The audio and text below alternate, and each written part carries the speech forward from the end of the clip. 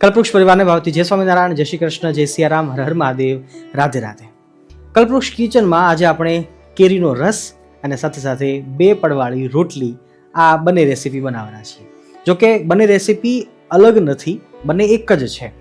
ગુજરાતીઓ આ બંને રેસીપીને એક સાથે જ જુએ છે, કારણ કે ગુજરાતીના ઘરની અંદર કેરીનો રસ અને રોટલી હોય તો બીજા કોઈ મિષ્ટ ભોજન જોઈએ નહીં. ન કેવળ ગુજરાતી પણ કોઈ પણ વ્યક્તિ હોય જેને કેરીનો રસ ભાવતો હોય એના માટે આ ખરેખર સ્વાદુ ભોજન ગણી શકાય. ગુજરાતીઓ તો એટલા બધા કેરી પાછળ ગાંડા હોય છે કે ગુજરાતમાં હોય ત્યારે તો કેરી ખાતા જ હોય, પણ વિદેશમાં જાય, કોઈ પણ દુનિયાના ખૂણે હોય તો ત્યાં પણ એને કેરી ખાવા તો જોઈએ. અને આ ઉનાળાની સિઝનની અંદર કેરીનો રસ બધાને બહુ જ ભાવતો હોય છે. પ્રશ્ન રહેતો હોય છે કે કેરીનો રસ કેવી રીતે બનાવાય, સાચી રીતેની કેવી હોઈ શકે, અંદર કેટલી વસ્તુઓ નાખી શકાય, અથવા તો કઈ વસ્તુ નાખીએ છીએ તો એનો શું ફાયદો, અથવા તો શા માટે આપણે નાખતા હોઈએ છીએ. તો આજના દિવસે આપણે આયુર્વેદને સેન્ટરમાં રાખી અને કેરીના રસ સાથે કોમ્બિનેશન થાય એવી અમુક વસ્તુઓ, જે અમુક ઇન્ગ્રીડિયન્ટ છે કે જે આપણા ઘરની અંદર કિચનમાં અવેલેબલ હોય એ વસ્તુ નાખીશું તો શું ફાયદો થશે એ આપણે ટૂંકમાં જાણવા માટે પ્રયાસ કરીશું. પણ હા, આજના દિવસે કેરીનો રસ અને બે પડવાળી જે સાદુ રોટલી અમે સંતો યુઝ્યુઅલી બનાવતા હોઈએ છીએ, જે અમારી સિક્રેટ રેસીપી છે. કદાચ કોઈ મોટા રસોઈયા હોય એમને કદાચ ખબર હોય, બાકી સાદુ રોટલી બધાને બનાવતા આવડતી નથી હોતી, પણ એ સિક્રેટ રિવીલ તમારી સાથે આજે કરવાની છે. જોકે આપણી ચેનલ ઉપર ઓલરેડી 2 વિડીયો પહેલાં મૂકેલા જ છે અને જેમાં લાખોમાં વ્યૂઝ છે, એકમાં તો મિલિયન ઉપર વ્યૂઝ છે. પણ આજના દિવસે આપણે કેરીના રસ સાથે આ રોટલી બનાવીશું. ચોક્કસથી તમે વિડીયો છેક સુધી જોજો અને ઘરે ચોક્કસથી બનાવજો. આવો આપણે કેરીનો રસ ઝડપથી બનાવી લઈએ.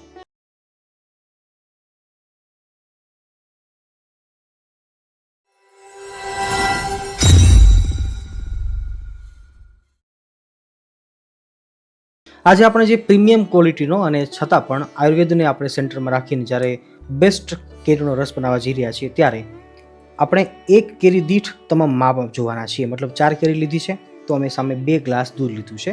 એક કેરી દીઠ અડધો ગ્લાસ દૂધ આપણે ગણી શકીએ. જો આપણે સારી ક્વોલિટીનો રસ બનાવવો હોય તો સામે એક કેરી દીઠ આપણે 1 મોટી ચમચી ઘી પણ ગણી શકીએ છીએ.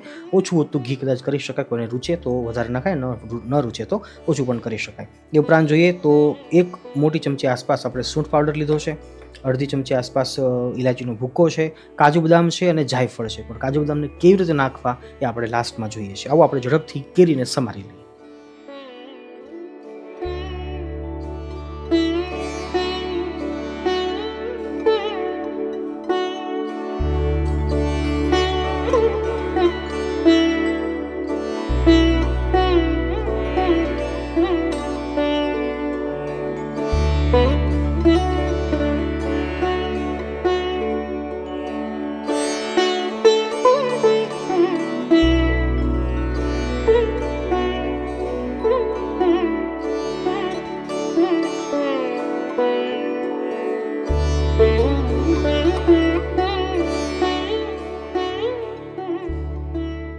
ભક્તો, અહીંયા એ મહત્વની વાત સમજવાની છે કે કેરી છે ને, એની પ્રકૃતિ થોડી ગરમ કહી છે આયુર્વેદમાં.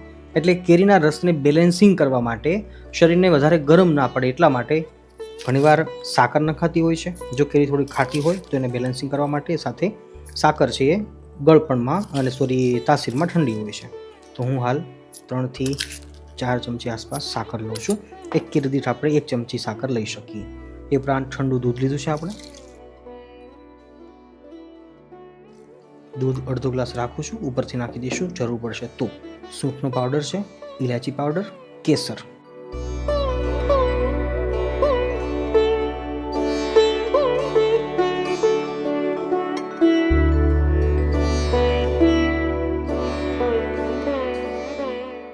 અડધો ગ્લાસ દૂધ હતું એ પણ ઉમેરી દઈએ છીએ. ફરીવાર ચલાવી લઈએ.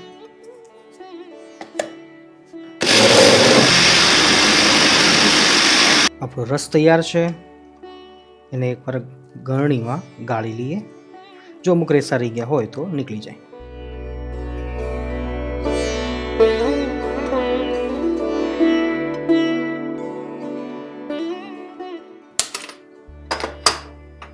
કેરીનો રસ બની ગયો છે. બસ છેલ્લું સ્ટેપ આપણે પૂરું કરીએ. તો હું હાલ 4 ચમચી આસપાસ આપણી ઘરની ગૌશાળાનું ઘી લઉં છું. તમે પણ ચોખ્ખું ઘી ખાજો અને જ્યારે ચોખ્ખું ખાવાનો સંકલ્પ થાય ત્યારે અમને કોન્ટેક્ટ જરૂર કરજો. અમારા ગુરુકુળની ગીર ગાયોનું ઘી હવે આખા ગુજરાતમાં અને ગુજરાતની બહાર મુંબઈ સુધી પણ અમે ફ્રી હોમ ડિલિવરી પહોંચાડીએ છીએ. ઘી ચોખ્ખું છે, શુદ્ધ છે અને ભેળસેળ રહિત છે. એની જવાબદારી અમારી છે. વધારે નહીં, પરંતુ એટલું ચોક્કસ કહીશ કે અત્યારના સમયમાં તમારા અને પરિવારના શરીરને સારા રાખવા માટે ઘી, તેલ, દૂધ આ બધું ઓછું ખાજો પણ શુદ્ધ ખાજો. અને જ્યારે શુદ્ધ ઘીની જરૂર પડે ત્યારે અમને જરૂર યાદ કરજો. સ્ક્રીન ઉપર તમને નંબર દેખાતો હશે. વધારે માહિતી માટે તમે કોલ પણ કરી શકો છો. જય ગૌ માતા. ઘી ગરમ થયું છે અને હવે આપણે આની અંદર આપણા કાજુ અને બદામ એનો વઘાર કરી લઈએ. ઘી એટલું બધું ગરમ નહીં થવા દેવાનું કે કાજુ બદામ છે બળી જાય. ફક્ત રોસ્ટ થઈ જાય એટલે આપણું કામ થઈ ગયું. આ વન ટાઈપ ઓફ આપણે વઘાર કર્યો છે. જેમ શાકનો વઘાર રાઈ જીરાથી કરીએ એમ આપણે કેરીના રસનો વઘાર કર્યો છે કાજુ બદામ. ઘનશ્યામ મહારાજની જય. અને હવે થોડુંક નાખીએ છીએ જાયફળ. જાયફળ છે એની પ્રકૃતિ પણ ઠંડી છે, એનાથી ઊંઘ સારી આવે છે. આપણે નર્વસ સિસ્ટમ હોય છે એમને એ કંટ્રોલમાં રાખે છે. અને હવે સારી રીતે ચલાવી લઈએ. આપણો કેરીનો રસ બનીને તૈયાર છે. હવે આને આપણે ફ્રીજમાં રાખી દઈએ, ઠંડો કરીને પીરસીએ અથવા તો બરફની થોડીક ગાંગડીઓ નાખીએ તો પણ ચાલે છે.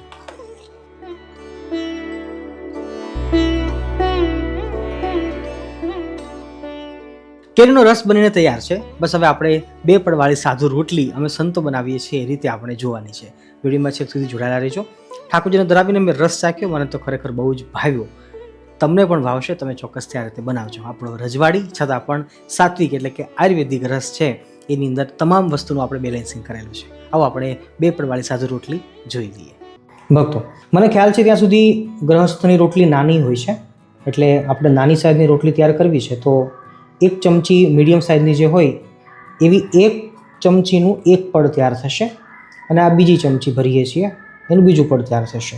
દેટ મીન્સ કે 2 ચમચી લોટ હશે આપણો ત્યારે 1 રોટલી આપણી બનીને તૈયાર થશે. હાલ આપણે 10 રોટલીનો ટાર્ગેટ છે તો 20 ચમચી લોટ આપણે જોઈશે. તો હું ત્યારે 20 ચમચી લોટ નાખી દઉં છું.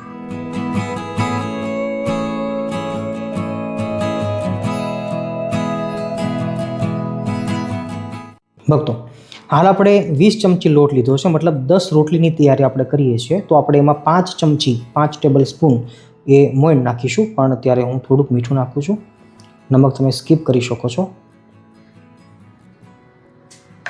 અને હવે 5 ચમચી આપણે મોઈન નાખી સારી રીતે મસળી લઈએ.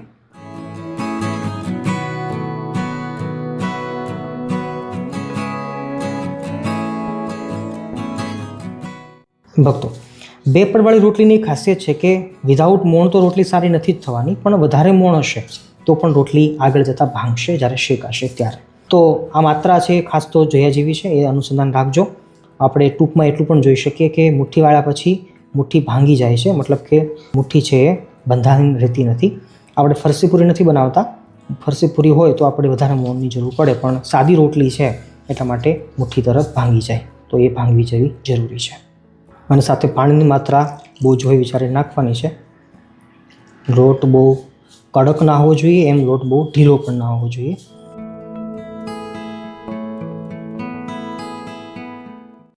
ભક્તો, લોટ આપણો તૈયાર છે, પણ વચ્ચે 5 મિનિટનો રેસ્ટ આપણે આપવાનો છે. એ પહેલાં રેસ્ટ આપતી વખતે થોડું પાણીમાંથી છાંટી દેજો, જેથી લોટ છે સરસ પરફેક્ટ આવીને તૈયાર થઈ જશે. સારી રીતે પાણી મસળી લો. પછી આપણે લુવા કરી દઈએ મીડિયમ સાઇઝના. હવે એક સરખી સાઇઝના 20 ટુકડા આપણે કરી લઈશું 20 લુયા માટેના.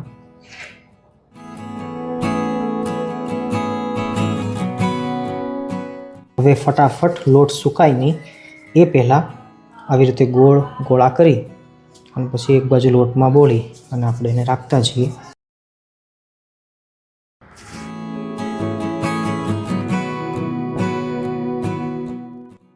આવી રીતે બધા જ લુયા તૈયાર કરી અને પછી એને ઢાંકી દેવાના, જેથી સુકાઈ ન જાય.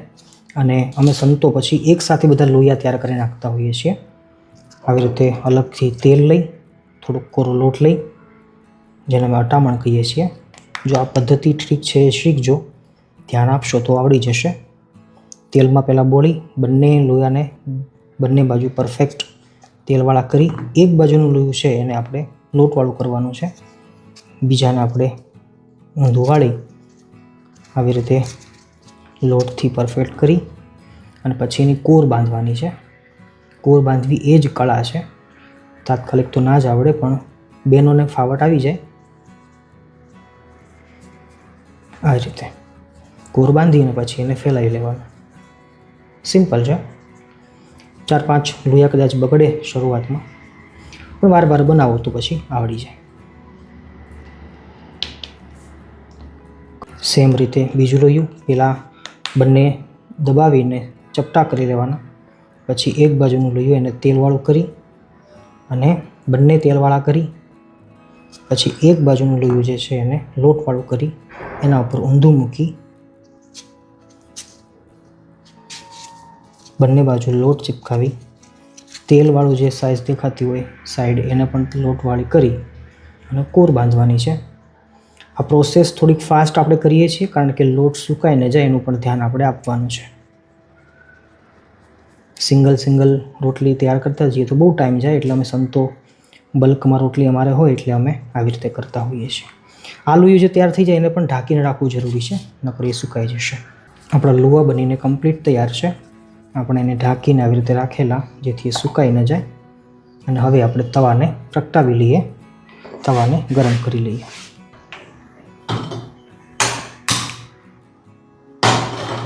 લુવાને પહેલી વાર છે એ સારી રીતે લોટની અંદર બંને બાજુ ડીપ કરી લેવાનું.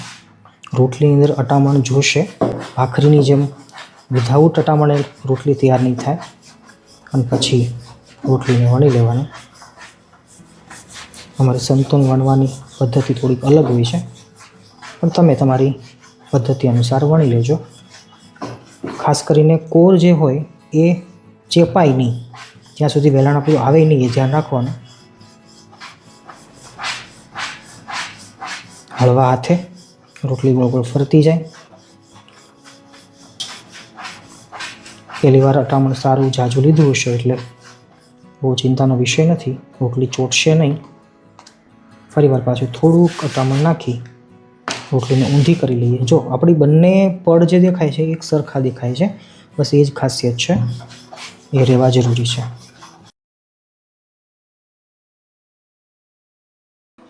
સાઈઝ આપણે રોટલીની નાની રાખી છે એટલે પરફેક્ટ સાઈઝ થઈ ગઈ છે. બહુ જાડી ન રહી રોટલી એ પણ ધ્યાન રાખવાનું. એવી જ રીતે બહુ પતલી પણ ન થવી જોઈએ, નહીંતર પછી પડ ખુલશે નહીં.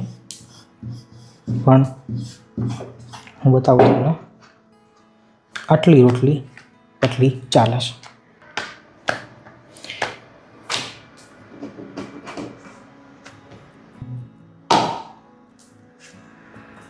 ભક્તો, પહેલી વારમાં રોટલી આપણે ઝડપથી ફેરવી લેવાની છે.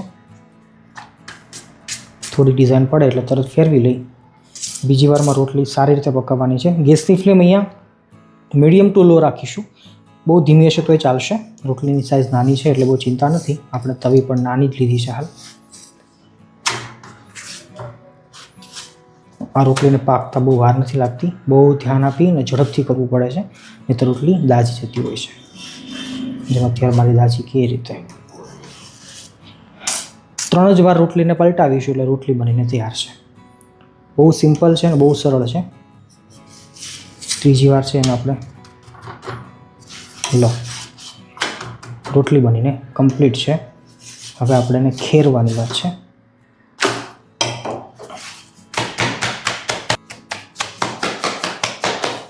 રોટલીનો લોટ ખેરી નાખીએ, પછી પડ છે આપણે એને હળવા હાથે જુદા પાડી લેવાના.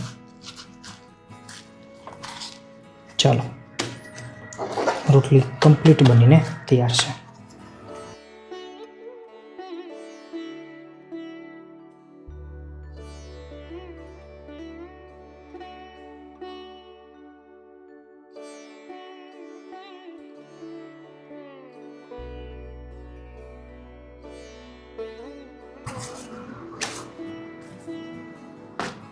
ભક્તો, રોટલી છે ને એ ગરમા ગરમ ઘીથી ચોપડાઈ જવી પણ જરૂરી છે, જો તમે ચોપડતા હો તો. કારણ કે ગરમ ગરમ રોટલીને જ્યારે ઘીનો સ્પર્શ થાય છે ને તો પછી એ તરત કૂણી રહેતી હોય છે. એટલે અમે સંતો તો ચૂલા પરથી નીચે ઉતરે એટલે અમે 2 કે 3 સંતો રોટલી બનાવતા હોઈએ તો અમે સીધી ગરમ ચોપડી દેતા હોઈએ છીએ. તો આવી રીતે તમે પણ ટ્રાય કરજો. ગરમ ચોપડી દેશો તો રોટલી કૂણી જશે. રોટલી આપણી બની રહી છે, પણ મહત્ત્વની એક વાત વચ્ચે કરી દઉં કે આપણા રોટલીના બંને પડ છે એ જુદા પડી રહ્યા છે. મતલબ કે આવી રીતે બંને પડ છે ખુલી જાય છે. કારણ માત્ર એટલું જ છે કે લોટ આપણે જે બાંધ્યો હતો એ મીડિયમ સાઇઝનો હતો. મતલબ કે બહુ ઢીલો પણ ન હતો, બહુ કઠણ પણ ન હતો. અને એ પછી લુવા જ્યારે તૈયાર થઈ ગયા, બંને જ્યારે ચિપકાવતી વેળાએ આપણે એક બાજુની સાઈડમાં જ કોરો લોટ ચિપકાયો હતો, એ વાતનું અનુસંધાન રાખવું જોઈએ. જો બંને બાજુ લોટ લઈશું, જેવી રીતે બંને બાજુ તેલ આપણે લીધું હતું એવી રીતે બંને બાજુ લોટ જો લઈશું તો પ્રોબ્લેમ શું થશે કે વણતી વેળાએ બંને પડ ખુલ્લા પડી જશે અને બરાબર એની સાઇઝ આવશે નહીં. એટલે આ નાની વાતો છે, પણ અનુસંધાન રાખીએ તો રોટલી પરફેક્ટલી બનતી હોય છે. નહીંતર પછી એવું છે કે આ 2 પડવાળી રોટલી બનાવવું એ કંઈ બહુ મોટું સાયન્સ નથી, પણ કંઈ રોકેટ સાયન્સથી ઓછું પણ નથી. કારણ કે દરેક તબક્કાઓમાંથી આપણે પાસ થવું પડે છે. જ્યારે આપણે રોટલીને પકાવતા હોઈએ એ વખતે આપણે વધારે દાજી ન જાય એનું ધ્યાન રાખવું પડે છે. 3 વારમાં રોટલી પાકી જવી જોઈએ. અને એ પછી રોટલી ખુલ્લી પાડવી એ વખતે જ્યારે એને આપણે ઝાપટતા હોઈએ, લોટ ખેરતા હોઈએ, અંદરની હવા કાઢતા હોઈએ, તો બધી વાતોનું અનુસંધાન રાખીએ તો રોટલી છે પરફેક્ટલી બનતી હોય છે.